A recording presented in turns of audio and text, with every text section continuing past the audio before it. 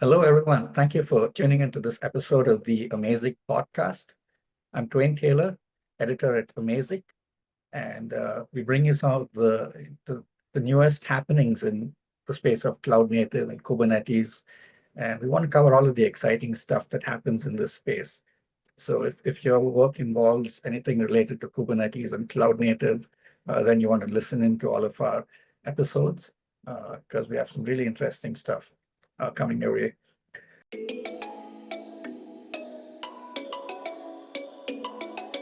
I'm excited to be talking today to Charlie Egan, who is the Senior Developer Advocate at Styra. We've already had Styra on this podcast over a year ago, actually, where Charlie's colleague, Anders, he demoed OPA for us and he just spoke to us a lot about policies. So we're continuing that conversation today where we're going to be talking about OPA, but uh, beyond that, even what are some of the newest and newest happenings over at Styra and what have they been building? So if you're not aware, Styra it is the team that actually built OPA. So they come with a lot of background experience in OPA and policies. So we're really excited to hear from the creators, the team that's created OPA, and quite excited for this conversation. Charlie, it's great to have you with us. How are you doing? I'm doing great. Yeah, thanks for having me. It's yeah, always happy to have the chance to talk about OPA and talk about what we're working on. Yeah, really excited to get into OPA and Rego and even some of the other cooler new stuff that you've been building over at Styra. Before Yeah, we get into all absolutely. that good stuff, though, just wanted to get to know you a bit, Charlie. Tell us about yourself, your background, what you've been up to before Styra, and how'd you get to Styra? Yeah, sure. So, like a lot of people who first come up against OPA projects, I first started working with OPA in a Kubernetes context. So, back in 2019, I was doing field consulting work for my previous employer, JetStack, and we were using OPA to enforce rules kind of beyond Kubernetes RBAC in the platform. So there were rules around who could deploy external load balancers with public IP addresses. And this is controlled via an annotation. So we had some OPA policies that allowed particular teams in particular namespaces to do this. And that was where I first started using OPA. And yeah, it was, I don't know if it was love at first sight, but I really enjoyed working with the language. I found it quite like a fun little challenge. And it was a fun way to think about problems. And I quite enjoyed that it was all declarative. I had this kind of server that I could declaratively configure to add this functionality to the platform we were building. And so yeah, and at that time I made some minor contributions to OPA at that time, but following on from that, I moved within JetStack to JetStack product where we were using OPA within the product at the time to kind of raise alerts around Kubernetes state relating particularly to certificates. So if certificates were configured in ways that we deemed insecure, we had rules written in Rego, and those alerts were raised based on Rego rules. So yeah, and kind of continued working quite a lot with the language in particular at that time as well. And so yeah, when I was and remained remained interested in the project and yeah, a few more little contributions here and there, which was nice to have the time to do. We added some built-in functions for comparing versions and things like that, which was great. And yeah, so when time came for me to sort of think about what came next, I reached out to Styra, and it turned out they were hiring as well at the time, which was great. So yeah, and I was always interested in kind of going back to where the where OPA came from. So that's where I find myself now. All right. Well, that was a nice transition there. But you were not developer advocate over at JetStack, right? You were, I think, on one of the product teams, probably. Yeah, that's Or right. Yeah, so this is a new role for me, like a new type of role. Like, I had done some of the things that you might consider or you might associate with a developer relations type role, done some conference talks and blog posts and things like that as well, beyond sort of hands-on engineering. But yeah, no, moving to Styra into a role that was had that in the title was new for me. But Mhm. it's been really great. Like I think a DevRel role means very different things in different places, and Mhm. thankfully for me at Styra, like it's meant quite a lot of open source engineering, and and yeah, we've done some really great work as part of that. So yeah, like I'm very happy with it really. I think DevRel is kind of what you make it or what you're able to make it, and yeah, no, it's been really good for me. Wow, that's great. Yeah, sounds like you're still quite hands-on with code, and that's really cool. So yeah, I want to ask about security policies, and let's talk a bit, about security policies and some of the challenges that organizations face as they try to implement security policies, and how OPA helps with them, uh, and beyond even security, just policies in general. What's OPA's place in the cloud native stack? Sure. Yeah, so like I think with one of the challenges of policies these days is like we started talking about them all, talking about what security policies are, and starting to loop in a larger set of policies as kind of thinking about them in a kind of across the whole platform, across the whole organization as security policies. So like before, it might have just been like business logic that was kind of built into the application that was related to whether our users were allowed to do things or not. Like it may have been seen as like, oh, this is like business logic, this is kind of separate from security policy. But now I think increasingly, you know if we take a kind of modern view on some of this stuff, is like actually a lot of these rules which are encoded in many different applications and domains could be considered security policy as part of some security in depth approach, or just generally. And I think like that, I think it's great that we're starting to see it that way. Like we do need to think about security all the way from the outside all the way into the application. But at the same time, this creates some challenges in that and particularly with containerized environments now, it's pretty standard to allow teams to deploy applications in the languages that they wanting to use. So we find ourselves in situations where many teams are using different languages, and they have the same or overlapping policies written in different languages, doing maybe some core checks, but then some additional checks which are related to their application. And so I think this kind of sprawl is one of the kind of key challenges. The kind of the inconsistency that this sprawl creates is one of the key challenges with sort of thinking about security policy today. Um, so yeah, like I think that was the first part of your question. There was a second part. Mhm. What was Yeah, yeah, and I was asking also, you addressed about just security and how policies are important. What about beyond security? Are there use cases for policies that OPA addresses? Yeah, sure. So I suppose like security is the one that we always start with, because I think it's like very easy to motivate, right? It's like everybody wants to be secure, everybody wants to make sure that they have like good audit data about who's been allowed to do what. Like it's something that kind of everybody immediately gets, but yeah, like policy doesn't have to be strictly around like allowing, denying users. Like there are many use cases for policy, or for internal users who aren't maybe malicious but maybe make mistakes. So I think like guardrails as a kind of use case of infrastructure as code, or whether particular applications are allowed to do particular operations, like controlling these kinds of things too. um Mhm.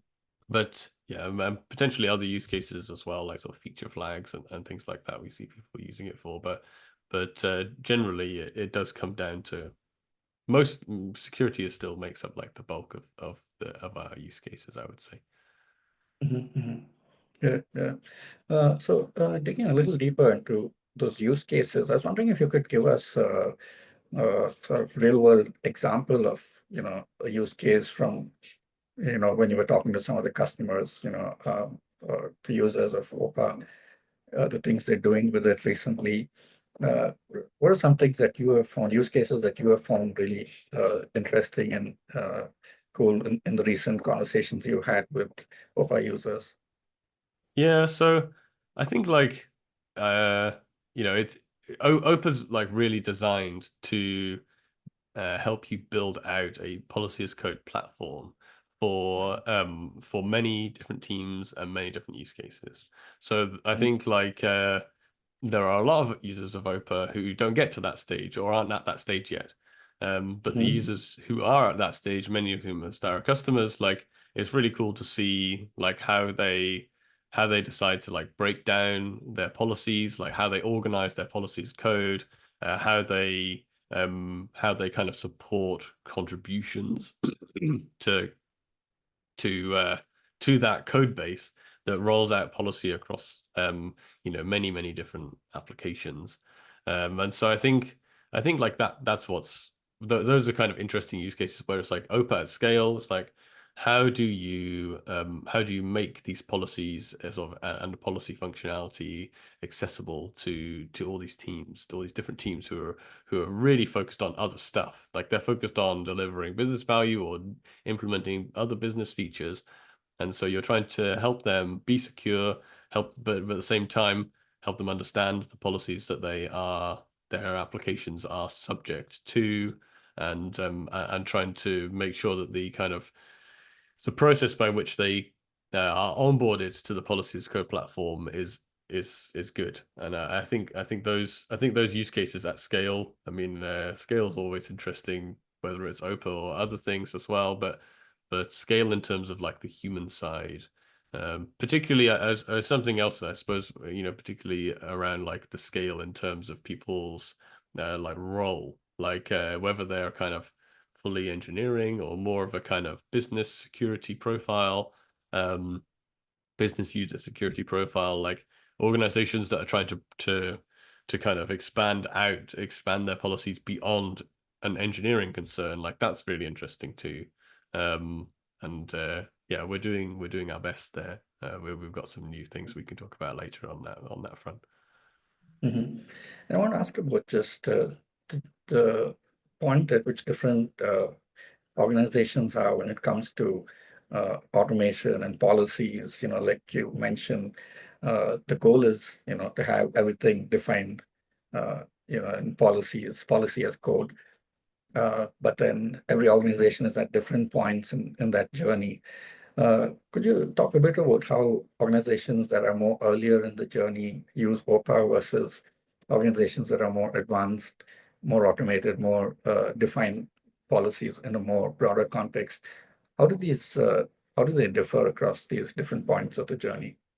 Yeah, so like, um, still people commonly first come up against OPA or still reach for OPA, in a kind of Kubernetes admission context, or maybe they have one application they want to do authorization decisions for.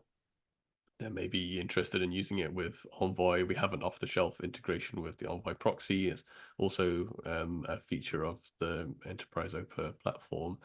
So like those Kubernetes admission, Envoy authorization, those are like very I suppose like the route to OPA is like quite clear for those two use cases. So for people Mhm.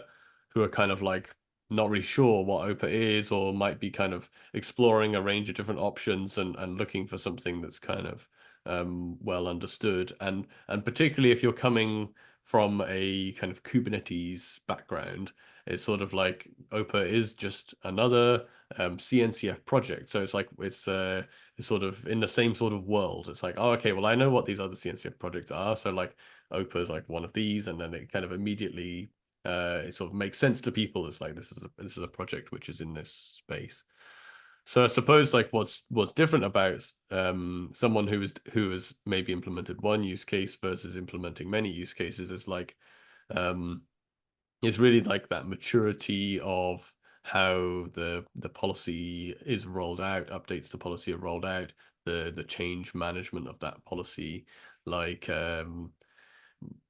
policy is allowing often people to do or to not do things that they couldn't before. So updates to it are important, and that's something that we have in the enterprise platform, but it's not necessarily something that is present in a lot of early stage deployments. Like typically, it's there's no kind of special code review or additional review for policy changes. It's kind of like these are the rules that allow things to happen in Kubernetes, or we're just denying these types of requests in our service mesh, and the configuration is rolled out as part of the service mesh or as part of the Kubernetes deployments. So yeah, I think like the difference is like is really related to that, the kind of maturity of how the policy is versioned. I suppose like another thing that I often see and like people coming from Kubernetes is great for OPA. Like, don't get me wrong, like it's great that OPA has presence. It does in the Kubernetes world, but like the way that everything in Kubernetes is custom resources, the Kubernetes API server is everybody's favorite database for some reason. And like, there's this idea that all of the configuration, if you're doing it the Kubernetes way, all of the configuration needs to be in Kubernetes. And I think there are big benefits to not doing that with your policy. OPA is designed such that policy can be live reloaded from an HTTP endpoint. That's how it works in our platform. But what this allows you to deliver is faster policy updates. So to not need to go through a whole deployment flow, a whole sort of pipeline run in order to update your policy, I think is a real feature. And it's a feature that people often in their early deployments of OPA haven't built yet. And so like, whether that's like streaming in more recent data that's required at policy evaluation time, perhaps some state from another system that's needed to make policy decisions, or whether it's just that you've got well, I mean, they won't have hundreds of applications, but this is a particularly useful feature for when you do. But it does allow you to version the policy separately from the application or from the other deployments that are going on. Like, do you want to have to roll out your whole service mesh pipeline or your whole Kubernetes admission pipeline in order to update the policy? Or would you like to just have the policy update in the components live? Like that functionality is there, but I think in early deployments, often people aren't aware of it. Really interesting. And so, so OPA is this powerful policy engine that can allow and deny so many different things across the whole stack. But then like you were saying, that when it comes to scale, different organizations are at different points. One of the key things that I think comes into play when we're talking about scale is how easy is it to actually create and uh, change and manage all of those policies, because they could easily multiply and become really a huge number, and that's where I think OPA comes in. But also along with OPA, you've also got Rego, which you mentioned just a little while ago. Tell us a bit about how Rego comes in here, and it's what does it add to the workflow, simplifying the workflow of creating and managing policies. Sure. So the question is kind of around the sort of the scalability. Like how do you when you find yourself with lots of policy, how do you manage it? And also then the language itself, like how does the language support that? Okay. So yeah, like it's a great question. People do this in different ways. Like it's quite common to use like a large policy repo, where you have different teams or tenants have different sort of subdirectories of policy. That's a pretty standard way to do it. Then maybe there's some shared sort of library code or some shared policies which everybody is subject to, and then teams supplement that with their own. Like that's relatively easy to achieve with a kind of monorepo setup for policy. And like the Rego language is definitely part of making that possible too, in that you can you can, sort of mentioned about like shared policies or policies which everybody is sort of organization-wide policies in addition to team ones. Like Rego is quite good in allowing you sort of like for a given entry point, for a given rule in your Rego code, you can have that rule composed of many other rules within your policy code base. So, for example, um, the rules, let's imagine that the rule is like these are the reasons you're not allowed to do this thing. You're trying to delete a user.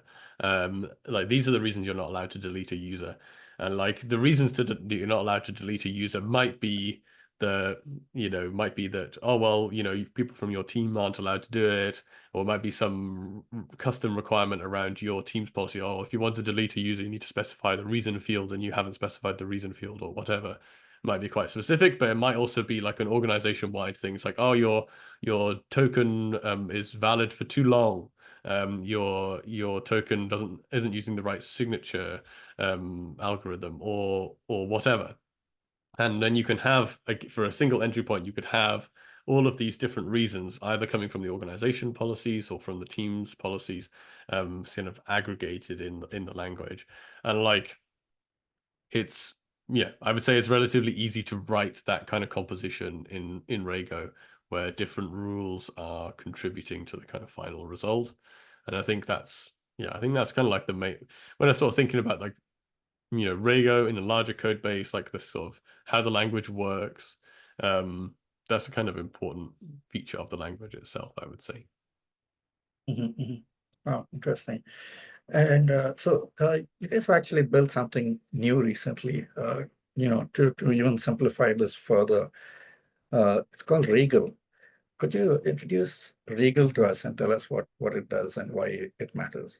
Yeah, certainly. So I think the the best way to think about Regal is like a Rego assistant, where you're in the process of writing Rego. Like that's all you need to get help from Regal is to be writing Rego. Um, so it started out as a linter. A linter is for those who don't know, like a piece of software which raises warnings about code that you have already written and makes suggestions as to why they're not good things to do. And at its core, that's what Regal is as well. Regal is a linter which looks at Rego files and makes suggestions based on what you've already written.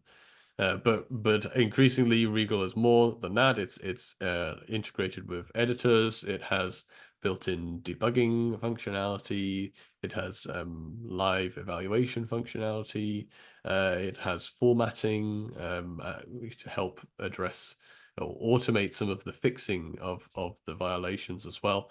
So like increasingly, it's a more complete toolkit for writing Rego. And I think like thinking back to how we talked about it before we started and when we first worked on the project, like the idea was that we could help people write Rego without them needing to know that they needed help. That was how we thought about it, and that they all they needed to do was write Rego. They didn't need to come to the documentation website.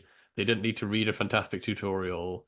They didn't need to try out in the online playground, whatever. They were there, they were in their editor, or they were there and they were at their terminal and they ran Regal lint and they could see some suggestions. And I think like that was a way we thought about it and pitched it. And I think it's delivered that. Like I think it really works well for that use case, and is a big boost for productivity. Like you're sitting there, you're in your editor, you're writing some Rego, and Regal is telling you stuff about it straight away. It's giving you things you can click on to automate the fixes for a number of the violations. Like I think it really is a good productivity boost for people in that scenario. Interesting. You have a demo prepared for us. Could you show us how Regal works? Certainly, yeah. I'm gonna share now. Share this. So you should see this VS Code window. So this is a simple Rego file where at the moment in this, so we have an integration with Visual Studio Code. That's what's running here. And this file here has some problems with it. But at the moment, we don't know what they are. We haven't got Regal running yet, so that's why we can't see anything. But just a quick summary: this Rego policy is supposed to, by default, deny requests and only allow them when we have an admin, admin email, and the admin role. So let's turn on Regal and see what Regal thinks about this. So I'm just going to enable the language server now. And we can straight away see that there are a few different problems with this. So it's highlighted here that we should be using the assignment operator. This is a common mistake that people often make. I won't go too much into the detail of the reasons behind it, but I will show that we've got a quick fix for this particular violation. The other thing about this file is that it's using the old Rego syntax. So as we see here, it's saying use the if keyword would be idiomatic. The other thing it's warning about here is that we should be doing import Rego v1. So we can reformat this file now to the new v1 syntax. So that adds this import, which won't be required after OPA 1.0 has been released, which is happening very soon. But also it uses this if keyword. There are a few other changes, but for this policy file, that's all that's changed. So the only other thing that's complaining about is we encourage people to put Rego files in a directory which is related to the package. So if I have an app.rbac package, then that file should ideally live in the directory app.rbac. And so we have a fix for this as well. So I'm going to do this now. So this file has been moved now into app.rbac policy Rego. And now there are no more violations with this file. So that's great. We've patched it up. But we can. So we've made a few improvements to this file, but we haven't redone anything to see about like how have like Regal help us debug or work out how this file is working. So and in order to do that, we can test out the policy locally with some input JSON. So we have this input JSON document here. So Charlie at Styra.com and staff role. And if I click evaluate now, we can see that allow is false. So if I were making this request with this data, it would not be allowed. And we can see that using this live evaluate function we built into Regal, which I think is good fun. And if we were interested to see where the policy gets to or where it stops, we can also use the new debug functionality. So, and that allows us to step through line by line, and we can see that the policy stops at this point where it never gets to. Actually, I should have had this open debug console, and now it's showing allows false, but I can run that again. And we can see that it never gets to the role check because it fails on this line here where the input email is not admin@styra.com. So the evaluation stops and it evaluates to evaluates to false. So and just sort of to show that we can actually make this work, if we were to send instead admin and admin, we should find now that allow is true. And if we do debug again, we'll see that the email check is completed, the admin check is completed, and then allow evaluates to true. So yeah, hopefully that fills in some or like paints a little picture of what we're aiming for with Regal. Like it's a linter. It tells you when you get things wrong, but it's also meant to be a tool that you can use to kind of inspect and work with your Rego code live as you work on it. Really neat, really neat. Is this open source or do you get this only with a subscription? No, certainly this is open source free. It's available on Styra GitHub. It's documented on docs.styra.com. That's where all of the getting started information is, but you can download the binaries. Regal is also integrated with the OPA VS Code extension. So if you download the Open Policy Agent VS Code extension, Regal can be installed as part of that onboarding process to that extension in VS Code. So yeah, there are a few different ways to get started. VS Code isn't the only way that you can access Regal's functionality, although it is our main editor that people use. But yeah, it's all documented on docs.styra.com/Regal, and that's the best place to get started. Nice. Um, yeah, I'm sure it's going to really save time with troubleshooting and fixing issues when writing policies. Really cool stuff. So OPA 1.0, you hinted at, that's coming soon. Congratulations ahead of time to you and the team. Is there anything major that's planned for this release that's coming that we could expect? Yeah, anything that you'd like to put out there? Certainly, yeah. So, yeah, I mean, it's very exciting for me, to like have this milestone release out. It's very exciting for everybody who's big OPA users or OPA maintainers and things, because of it being a 1.0 release. But I suppose, as with any good 1.0 release, like, it's not in itself super exciting. It's not going to, you know, really surprise people. It's not really supposed to be a surprise at all, in fact.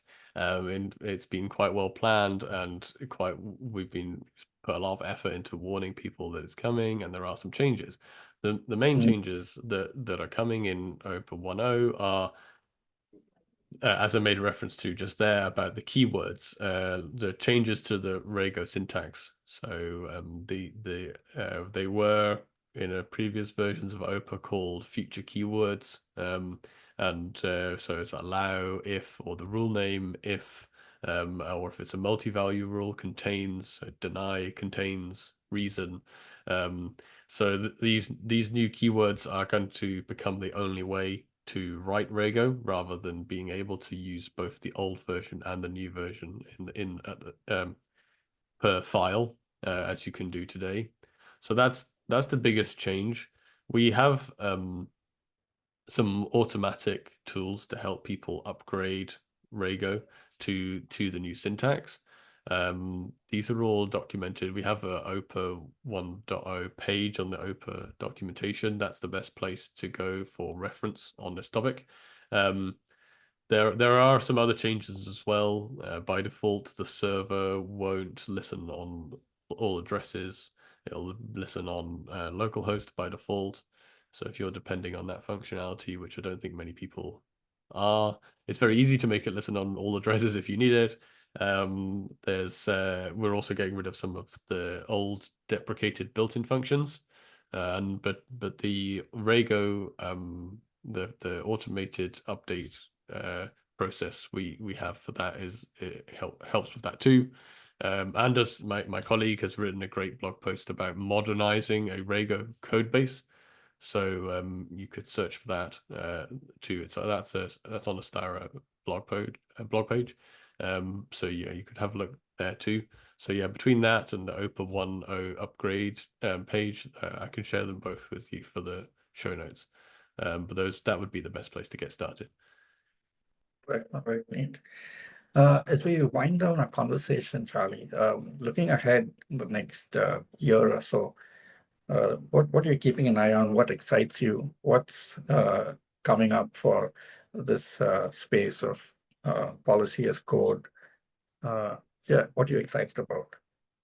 Yeah, well, yeah, I suppose, like, luckily for me, like, I'm quite excited about what Styra is working on. I think, like, as I mentioned about what's interesting to me is, like, that scale, right? Where you've got lots of different teams, they all want policy functionality. You need to deliver that policy functionality with an OPA based policy as code platform.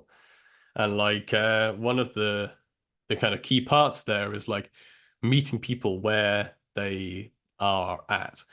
They are writing a .NET Core application. They're writing a Java Spring application. They're writing it in an environment that they're comfortable with, but they are needing to um, integrate with a modern policy as code stack. So like that's something we're working a lot on at the moment at Styra, is like making sure that we have the SDKs in place for people to easily integrate with OPA's REST API, where anybody who needs to call OPA can do so.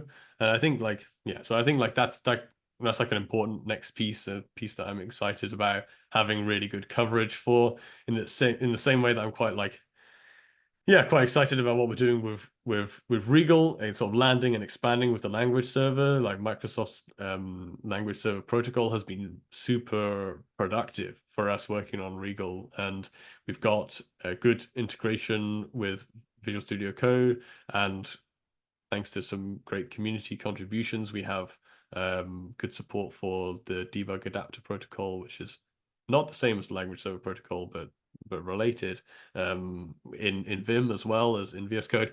And so like landing and expanding out these into different editors that people are using. I think the next major one for us would be the IntelliJ editors or the JetBrains editors. That would be an important one. So like really making sure that policy as code, working on policy as code is both there on the kind of SDK front and the developer environment front for all sorts of different developers that are needing to do so. I think is really exciting.